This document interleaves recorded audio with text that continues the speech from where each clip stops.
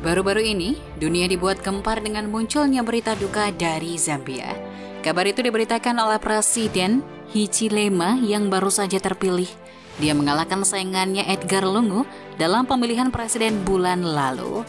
Edgar Lungu sendiri adalah presiden sebelumnya yang telah menjabat sejak 2015 silam. Hichilema memenangi pemilihan dengan janji untuk mengatasi korupsi. Dia juga bertekad mengakhiri krisis keuangan dan ekonomi di Zambia. Zambia dalam kekuasaan Edgar Lungu memang hancur berantakan. Hal itu dikarenakan pemerintahan yang korup dan juga pejabat yang suka memperkaya diri sendiri. Presiden Zambia yang baru menjabat mengaku terkejut dengan temuan tingkat korupsi mengerikan yang berhasil dideteksi pemerintahannya sejak menjabat lebih dari seminggu yang lalu. Bahkan menurutnya, tindak korupsi itu masih terjadi hingga detik-detik akhir peralihan kursi kekuasaan padanya. Orang-orang yang masih mencoba melakukan pergerakan dana di menit-menit terakhir yang tidak sah yang bukan milik mereka, kata Presiden Zambia Hakainde Hichilema. Menanggapi hal tersebut, mantan Presiden Zambia Edgar Lungu membantah keras apa yang dikatakan oleh Hichilema. Menurutnya, dalam masa pemerintahan Zambia juga mengalami kemajuan dan semua yang korup telah dihukum sesuai peraturan dan hukum yang berlaku tegasnya. Pernyataan klise yang biasa diucapkan para mantan yang suka prihatin. Infrastruktur sangat penting. Di era saya juga kita bangun besar-besaran. Yang ngomong aja. Saya tunggu 5 tahun bangun satu aja enggak. Apa yang terjadi di Zambia itu mirip sekali dengan yang pernah terjadi di Indonesia pada tahun 2014 lalu. Saat menjelang peralihan kekuasaan, penguasa saat itu ngotot ingin membeli pesawat kenegaraan baru. Padahal jelas sesuai konstitusi dia tidak bisa lagi mencalonkan untuk yang ketiga kalinya. Jadi apa alasannya ia ingin membelinya? Kalaupun ia yang membeli, yang akan menggunakan pastinya presiden yang baru. Pembelian pesawat kenegaraan berjenis Boeing 767 2 lantai dengan fasilitas dan kabinnya yang mewah yang harganya sekitar 58 juta US dollar sempat mendapat pertentangan karena dinilai rawan terjadi tindak pidana korupsi dalam pengadaannya. Namun SBY yang menjadi presiden kala itu tetap ngotot pada rencananya dan terjadilah transaksi tersebut di akhir masa jabatannya. Tak hanya proses pembeliannya saja yang terasa aneh, bahkan warna dari pesawat kepresidenan itu sendiri juga aneh. Alih-alih memesan dengan warna sesuai warna bendera kita merah putih, dia malah memilih warna biru muda, sesuai warna bendera Partai Demokrat, partai penguasa yang telah mengusungnya ke puncak pemimpin tertinggi Indonesia 2 kali. Pak SBY melakukan pengadaan pesawat. Kenapa memesan pesawat warnanya biru? Padahal kan lebih indah dan sangat patut layaknya apabila warna pesawat itu warnanya merah putih dibandingkan dengan biru putih.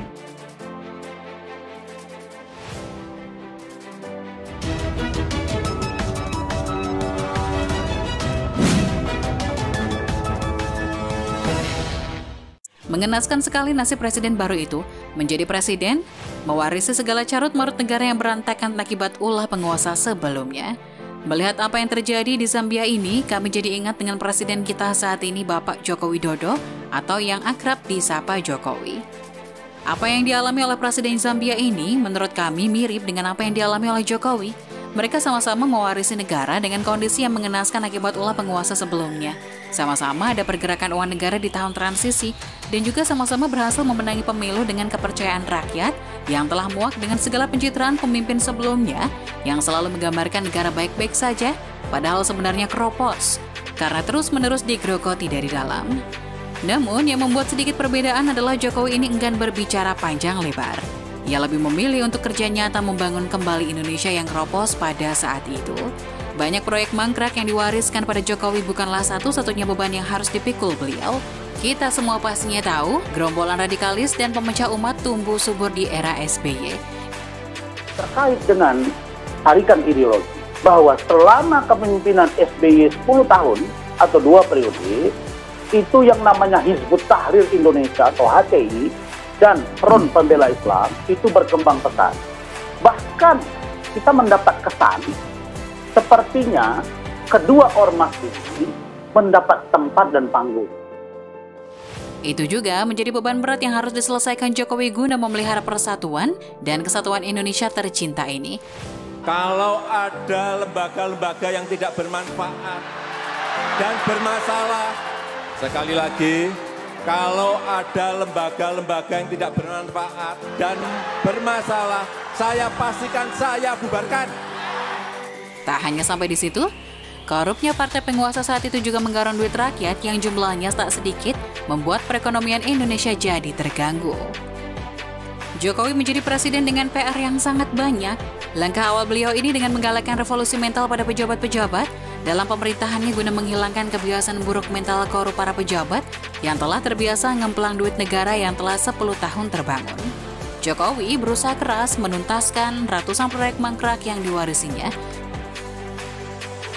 Satu periode memimpin pemerintahan Joko Widodo Yusuf Kala telah melanjutkan sejumlah proyek infrastruktur yang mangkrak selama tahunan hingga puluhan tahun, warisan dari era kepemimpinan sebelumnya. Di antaranya proyek jalan tol Bekasi Cawang Kampung Melayu atau tol Becak Ayu yang mangkrak selama 22 tahun. Pembangunan tol sepanjang 21,04 km ini kembali dimulai Januari 2015. Pada November 2017, Presiden Joko Widodo dan sejumlah menteri meresmikan ruas tol seksi 1B Cipinang Melayu dan seksi 1C Pangkalan Jati Jaka Sampurna. Ini sebuah langkah konkret seperti ini yang diperlukan oleh negara kita. Bukan wacana-wacana, Pak, saya mau bangun, Pak, saya mau bangun, Pak, saya mau bangun, Pak. Ternyata diteruskan aja tidak. Dan alhamdulillah kerja kerasnya tak sia-sia dengan banyaknya proyek yang telah diselesaikan di eranya. Tak hanya menuntaskan proyek warisan saja, Jokowi juga membangun besar-besaran infrastruktur di Indonesia. Ia memperkecil jarak perbedaan pembangunan di wilayah yang jauh dengan ibu kota yang sebelumnya terasa sangat timpang.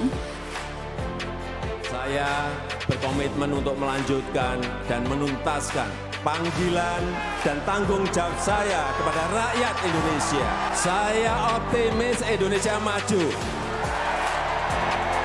Saya optimis rakyat sejahtera. Saya optimis Indonesia setara. Semangat Jokowi untuk menciptakan keadilan bagi seluruh rakyat Indonesia benar-benar terwujud dengan pemerataan harga BBM satu harga di seluruh Indonesia. Lihat saja di Papua sana, dulu harga BBM bisa mencapai Rp100.000 per liter. Kini harganya sama dengan harga di Pulau Jawa. Ada ketidakadilan. Di Jawa harga BBM hanya 7.000. Di sini ada yang sampai tadi Pak Gubernur menyampaikan, Pak Kapolda menyampaikan, di Mulia malah sampai 100.000 per liter.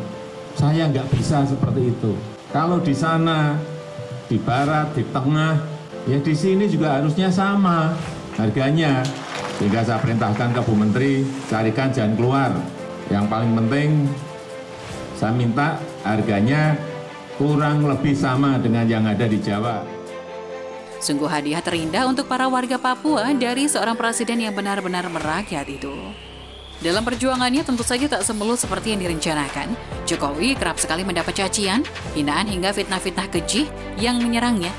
Ini nggak benar ya, membiarkan partai politik dipecah-pecah, ulama dipecah-pecah, bahkan dulunya berbagai ormas-ormas juga mau dipecah. Presiden baru dilantik 20 Oktober. Nah, dari 17 April sampai Oktober, itu nanti Pak Jokowi namanya lincak presiden bebek lumpuh. Namun itu semua dapat beliau hadapi dengan penuh kesabaran demi rakyat Indonesia. Teruslah bekerja keras Presidenku, semoga selalu diberikan kesehatan dan kekuatan untuk memperbaiki negara tercinta ini. Biarkan anjing menggonggong, tak usah kau hiraukan nyinyiran para kambing congek yang tak pernah berbuat apa-apa untuk negeri. Yakinlah rakyat bangga padamu. Bagaimana menurut Anda? Tuliskan komentar Anda di kolom komentar. Jangan lupa like, subscribe, dan bagikan video ini ke media sosial kalian.